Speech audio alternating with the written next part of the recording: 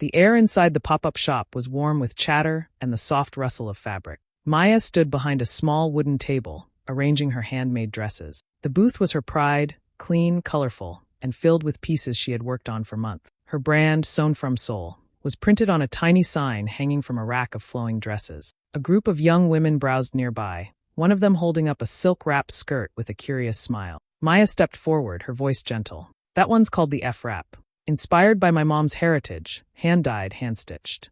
Just then, Chantel's voice cut through the hum. Oh my God, Maya, she said, laughing loudly. This is still your little project? Maya's smile tightened. She hadn't seen Chantel in over a year. Dressed in designer heels and an oversized blazer, Chantel looked every bit the lifestyle influencer she had become. Flawless makeup, phone in hand, always ready to film. It's not a project, Maya replied, her voice calm. It's my line. Full-time now. Chantel raised an eyebrow and turned to the group nearby. Isn't that cute? From bedroom sewing machine to local fashion queen. She looked back at Maya. Still going for that wannabe high fashion thing, huh? The girls laughed awkwardly, unsure whether to smile or walk away. One of them gently set the skirt back on the rack. Maya felt the sting in her chest. She tried to laugh it off, but her mouth trembled. You know, I always thought you'd end up doing something more practical, Chantel continued, inspecting a dress like it was made of paper. You're still using those old African prints? Kind of tired, don't you think? Maya's hands clenched under the table. Her throat burned, but she stayed still. Those prints are part of my culture. My mom used them. They matter. Chantel gave a fake pout. Ah, that's sweet. Still sentimental, I see. Maya caught the eyes of a few guests watching them now. Some influencers, a local boutique owner, and a fashion blogger she'd been trying to impress. Her cheeks burned. She looked away, pretending to rearrange a stack of business cards. This dress, Chantel said, holding up a green and gold number, isn't terrible, honestly. But you'll need more than heart to make it in real fashion. Trust me, people want brands, not stories. Maya's mouth opened, but no words came. She hated how small she felt. Like she was back in high school again, standing next to Chantel, always the shadow. Well, Chantel said with a smirk, good luck with this little booth. I'm sure someone will buy something, eventually. She walked off, heels clicking against the floor. Maya stood frozen. A customer passed by, glancing at the rack, then moving on. The laughter and energy of the event kept going, but her little corner felt like it had dimmed. She smiled at a passerby, forcing her lips up, but her eyes stayed sad. She looked down at her hands. One of them was shaking. This wasn't the first time Chantel had done this, turned a moment into a wound. But this time, Maya felt something different under the pain. A spark, a quiet anger, and something else too. She straightened the rack, wiped the corners of her eyes, and whispered to herself, she won't be the last to see me, but I'll make sure she remembers me. Maya grew up in a small Nigerian American neighborhood in Atlanta, where people knew each other by name and families often shared meals after church. Her mother, Ijeoma, was a seamstress, humble, quiet, and full of love. She worked long hours sewing clothes for local families and fixing torn school uniforms. Their apartment was small, but their hearts were full. Maya didn't have toys like the other kids, but she had fabric scraps, buttons, and thread. Her mother taught her how to use a needle before she could even spell the word fashion. While other kids watched cartoons, Maya sat beside her mother, watching the way she pinned cloth and ran it through the sewing machine. Ijeoma would say, if you can imagine it, you can sew it. Maya believed her. She began designing her own little outfits, dresses for dolls, aprons for her cousins, even head wraps for neighbors. Sewing wasn't just a skill. It became a language, a way to express herself. In high school, Maya dreamed big. She wanted to go to New York, attend fashion school, and maybe one day see her designs on a real runway. Her mother encouraged her every step of the way, even if they couldn't afford much. Maya got a scholarship and left for college, carrying with her a small sewing kit and a heart full of hope. But life changed too quickly. One rainy Thursday during her second year, Maya got a call. Her mother had collapsed while walking home. It was a stroke. By the time Maya reached the hospital, her mother was gone. The world blurred. Nothing felt real. She had no choice but to leave school. Her younger brother, Teo, was only 13. Bills piled up. She worked part-time jobs, waitressing, cleaning offices, anything that would keep food on the table. But at night, when the apartment was quiet, she still sewed. It was the only thing that helped the grief feel less sharp. She began selling small pieces online. Ankara skirts, patchwork bags, soft linen blouses. She named her brand Sewn from Soul, after something her mom used to say. Let your hands speak your soul. Sales were slow. Some weeks, none at all. But every time someone bought something, Maya would hand-stitch a thank you note. Chantel had once been her best friend. They met in middle school, two black girls in a mostly white school, bonded by their love for music, old Nollywood movies, and thrift store fashion. They used to sit in Maya's room, cutting up magazines and pretending they ran a fashion empire. But as they got older, things changed. Chantel became popular online. She started posting outfit photos, giving skincare tips, reviewing products. She knew how to talk, how to pose, how to shine. Brands noticed. Followers grew. She moved into a high-rise apartment, started getting paid to travel, to wear clothes Maya could never afford. Even then, Maya stayed supportive. She liked Chantel's posts, left kind comments, even made her a birthday dress once. But somewhere along the way, Chantel began talking down to her. She'd say things like, "This is cute for a local thing," or "One day when you're ready for real fashion, I'll help you." It stung, but Maya never spoke up. She didn't want to lose the friendship, even if it felt one-sided. Now, Maya lived in a cramped two-bedroom apartment with peeling paint and a leaking kitchen tap. Her sewing machine sat on the same table where she and Teo ate dinner. He was 17 now, moody, restless, and struggling in school. Maya did her best. She packed his lunch, reminded him to study, and stayed up late fixing his torn jeans when he wouldn't ask. She had no fancy studio, no team. Just her hands, a second-hand dress form, and a deep hunger to create. Every piece she made carried memories of her mother's touch, of the dream she once had. The apartment walls were covered in sketches, scraps of fabric, and sticky notes with quotes that kept her going. Money was tight. Sometimes she skipped meals so Teo wouldn't have to. Rent was always a worry. She sold dresses at weekend pop-ups and online, but it wasn't enough. She had applied for grants, sent emails to stylists, reached out to fashion blogs, but most never replied. A few promised to circle back, and never did. Still, Maya kept going. She woke early to sew. She packaged every order with care. She prayed every night for strength. Some days were filled with doubt, but she never stopped believing that her work mattered. When she saw Chantel again at the pop-up, it brought back so many memories, some sweet, most sharp. Chantel hadn't changed. Still polished, still loud, still acting like she was doing Maya a favor just by showing up. But Maya had changed. She was no longer the girl who stayed silent. Even if her voice shook, even if her hands trembled, Maya was learning to stand. She didn't have much, but what she had built with love, with soul. It all started with a mix-up. A celebrity stylist named Devin was planning a big photo shoot in Atlanta for an international fashion magazine. One of the models dropped out last minute, and the replacement was running late. The team was stressed, trying to find backup outfits for a different concept. Devin left the studio to get coffee and clear his head. As he walked past a small boutique where a weekend market was set up, something in the window caught his eye. A mannequin wore a deep blue and gold dress that looked handmade but powerful. The stitching was clean, the neckline elegant, and the fabric moved softly with the breeze from a nearby fan. He stepped inside. Maya was behind the counter, folding scarves. "Hi," Devin said, pointing to the dress. "Who made that?" Maya looked up. "I did. It's part of my collection." Devin nodded slowly, his eyes scanning every detail. "Do you have it in a size 4? "I have a size 4 here," she said, carefully removing it from the rack. He didn't say much more, only gave her a card and paid in full. Maya didn't even know who he was until she checked his Instagram later that night and saw hundreds of thousands of followers. She gasped. Devin Styles was a known name in celebrity fashion. The next day, he posted a video of the dress on a model during the shoot. "No tag," he said in the caption. "Just pure craftsmanship. Whoever made this, thank you." Maya's hands trembled as she saw her design on screen. The comments came fast. People asked who the designer was. Devin stayed quiet, saying only that the piece was a hidden gem. One commenter said it reminded them of old Nollywood glam mixed with modern edge. Maya smiled to herself. That was exactly the look she was going for. By the end of the week, a small fashion blog included the dress in a top 10 looks you've never seen, but should. They didn't mention her name, just posted the image with a title, "Mystery Designer Behind Stunning Blue Gold Dress." Maya didn't know whether to feel proud or invisible. But the real shock came the next week. Maya was at home, cooking noodles for Teo when her phone buzzed nonstop. At first, she thought it was a group chat glitch. But then she saw the notifications: Twitter, Instagram, texts from people she hadn't spoken to in years. Her friend Layla sent a screenshot. "Is this your dress?"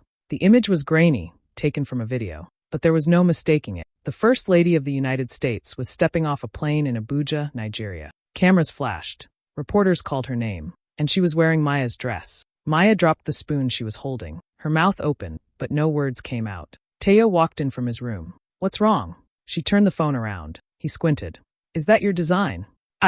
I think so," she whispered. They watched the full clip together. The First Lady's team hadn't tagged a designer, but people were noticing. Twitter exploded with questions. Who made that dress? Why does it look so regal? That's not Chanel, is it? By the end of the night, Sewn from Seoul was trending. Someone had found a match on Maya's website.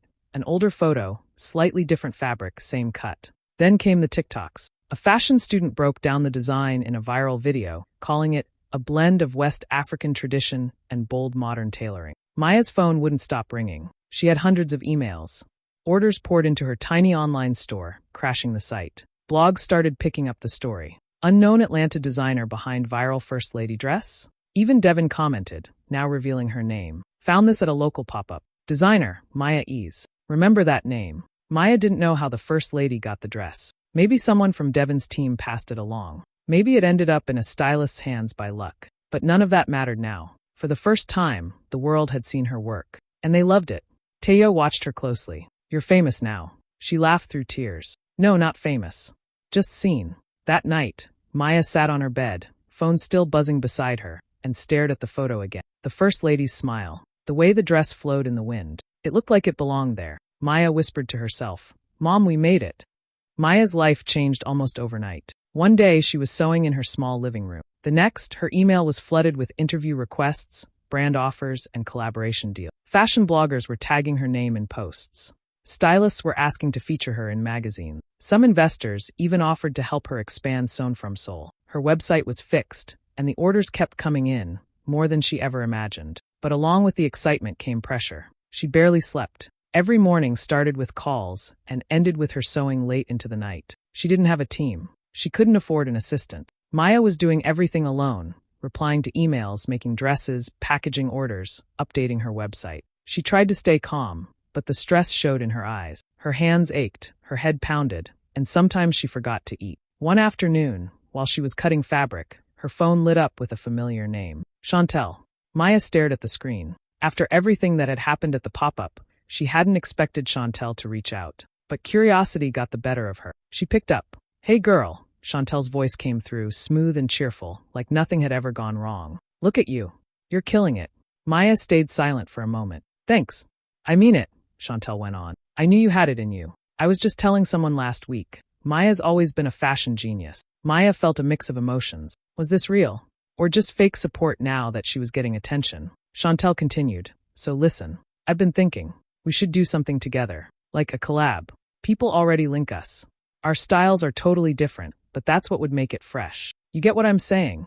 Maya didn't know what to say. Chantel had mocked her in front of people. Now she was pretending to be a long-time supporter. I'm really busy right now, Maya finally said. Chantel laughed. I know. But think about it. I can bring in press and help with promotion. It'd be huge for both of us. After the call ended, Maya sat still. A part of her wanted to forgive, to reconnect, but another part didn't trust her. She remembered that day at the pop-up too well. The way Chantel made her feel small, the fake smile, the cold words. And life was already complicated. Teo had started acting out. He came home late, skipped classes, and even got caught shoplifting from a convenience store. Maya was shocked when the store owner called her. She went down there, heart racing, ready to apologize and beg them not to call the police. Later, at home, she asked him why. You don't see me anymore, Teo said, looking at the floor. You're always working, always somewhere else. You don't care. That's not true, Maya said, her voice shaking. You care about your fashion more than me, he said, walking away. Those words stayed with her. Maya had worked so hard to take care of him, to keep the lights on, to build something real. But maybe, in chasing her dream, she had missed what was right in front of her. Then the real blow came. It started as a whisper online, a few tweets, a vague post on a gossip blog. Someone claimed Chantel had been the original designer of the viral blue and gold dress. At first, Maya laughed it off. People will say anything, she told herself. But the rumor grew. One podcast, The Style Scope, popular among fashion fans, ran an episode titled, Who Really Designed the First Lady's Dress? They didn't name Maya directly, but they quoted a close source, who claimed Chantel had guided the look and design of the dress long before Maya's name was ever mentioned. More blogs picked it up. Some twisted the story to make Chantel sound like the true talent, the mind behind the dress. Others questioned Maya's experience, calling her an unknown, a small-time local. Maya was crushed. She tried to ignore it, but the damage had started. One major fashion magazine had scheduled an interview with her. It was supposed to be her big moment, a full feature in their summer issue. But the day before the shoot, they emailed to cancel. No explanation, the message read. We're moving in a different direction. She reached out to a few investors who had shown interest earlier. No one replied. Maya sat on her bed, feeling like she couldn't breathe. Everything was falling apart. She had worked so hard. Now her name was being dragged through the mud, and she couldn't stop it. She called Devin, the stylist who first found her dress. "This rumor," she said. "It's not true. You know that, right?" Devin sighed. "I know it's not true, Maya, but the industry moves fast. People believe what gets clicks. If you want this to blow over, you'll need to fight back. Or it'll stick." "But how?" she asked. "I don't know," he said quietly. "But do something, before your name disappears." Maya felt tired, too tired to think. Her hands shook as she picked up her sketchbook. Her mind was too full to draw. Chantel had crossed a line, not just with her words, but by trying to steal what Maya had built with her own hands. And now Maya didn't know what hurt more, losing the trust of the world, or the feeling that her own brother didn't believe in her anymore. She looked at a photo of her mom on the wall. "I don't know what to do," she whispered. The room was quiet, but deep inside, something small and strong stirred. Not anger, not sadness, a promise. She wasn't going to give up. Not like this. Maya sat alone in her room, staring at the ceiling. The light from her phone blinked beside her, but she didn't pick it up. She had stopped checking the internet. The lies about Chantel being the real designer were everywhere now. People were questioning her, doubting her, forgetting her. She had never felt so alone. Teo had gone quiet too. He stayed in his room most of the time, barely speaking to her. The house felt heavy, like everyone was holding their breath. Finally, she picked up her phone and texted Chantel. "We need to talk. In person." Chantel replied in less than a minute. "Sure. My place." Maya hesitated, then agreed. The next day, she stood in the hallway of Chantel's high-rise apartment, heart pounding. She knocked. The door opened to reveal Chantel, smiling like nothing was wrong. "Maya," she said, hugging her quickly. "You look tired. You okay?" Maya stepped inside.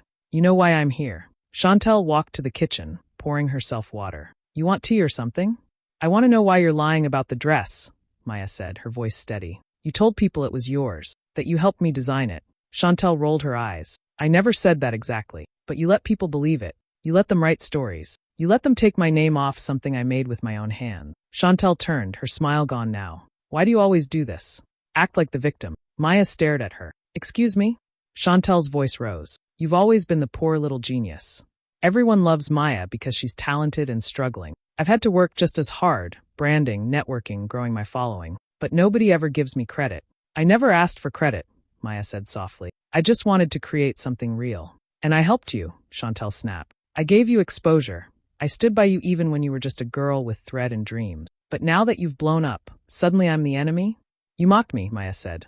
"At the pop-up, you humiliated me in front of everyone." Chantel crossed her arms. "People were laughing with me, not at you. You're just too sensitive." Maya shook her head.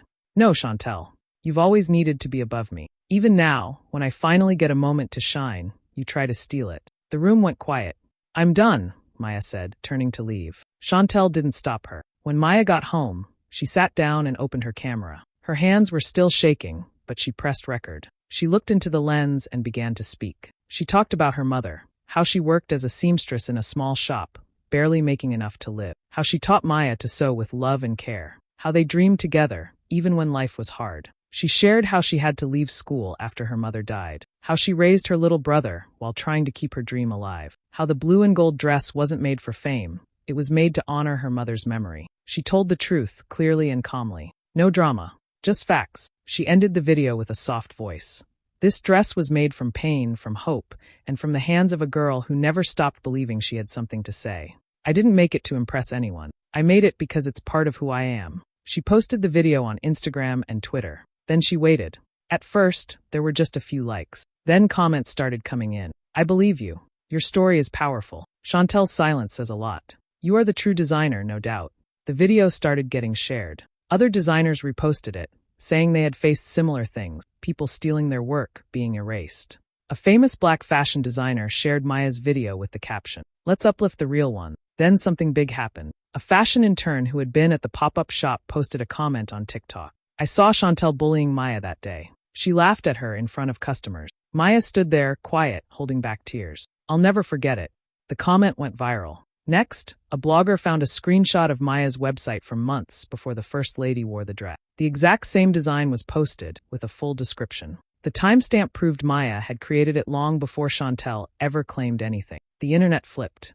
Hashtags like hashtag #StandWithMaya and hashtag #SewnFromSoulTruth started trending. People called out the blogs that had spread the rumor. The podcast that ran the false story posted an apology, admitting they had no proof. Investors who had gone silent reached back out, apologizing for stepping away. Chantel posted a short note saying she was misunderstood. But it didn't help. People weren't buying it anymore. For the first time, Maya felt the truth was louder than the lies. Her story had reached people, not because it was perfect, but because it was real. She looked at her phone, which was now filled with love, comments, messages, and emails from people who believed in her again. She smiled for the first time in days, not because everything was fixed, but because her voice had finally been heard.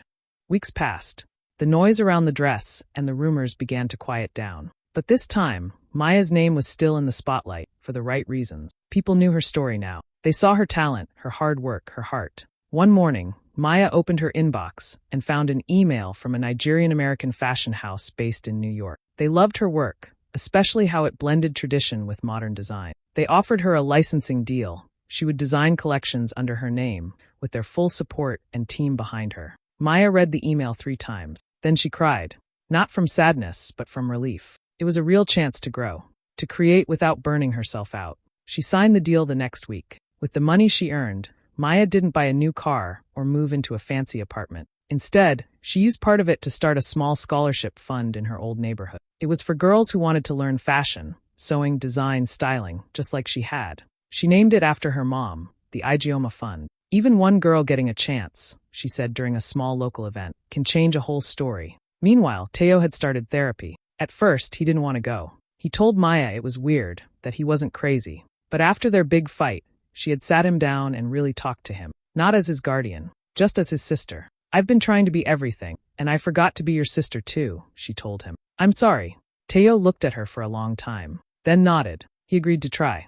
The sessions helped. Slowly, he began to open up. He started going back to school, helping with chores, even smiling again. Their home still wasn't perfect, but it felt warmer now. Like family again. As for Chantel, things changed fast. After the truth came out, people stopped supporting her. Fashion blogs stopped calling. Her follower count dropped every week. She posted less and less. Her name faded from the buzz. The silence that followed wasn't loud, but it was clear. People had chosen a side. And it wasn't hers.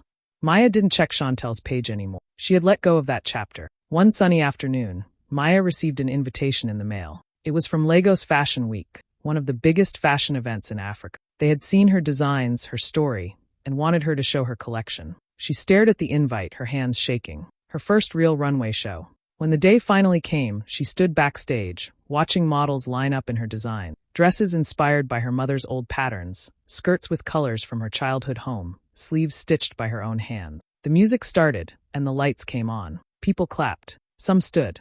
By the end, tears were in her eyes. She didn't feel like an outsider anymore. Back home, things were simple again. She worked from a small studio, not because she had to, but because she loved it. There was no pressure to prove herself. No one to impress. She sketched in peace. She sewed with joy. Maya still woke early, made breakfast for Teo, watered her tiny houseplants, and lit a candle before she sat down to create. Her life wasn't perfect, but it was hers. Fully, honestly, and beautifully hers. She no longer designed to survive. She designed to live. The evening light poured through the window of Maya's small studio. The room was quiet, filled with the soft hum of the city outside. Pieces of fabric hung neatly on hooks.